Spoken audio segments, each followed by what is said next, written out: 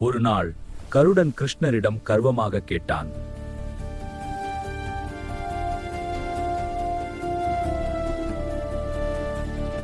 கண்ணா, இந்த உலகத்தில் என்னை விட வேகமாக பறக்கும் உயிரினம் யார்?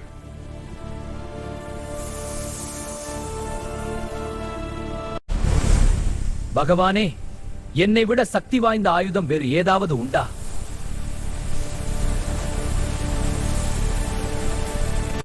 கிருஷ்ணர் சிரித்தபடி அனுமனை அழைத்தார். உடனே அனுமன் தோன்றினார்.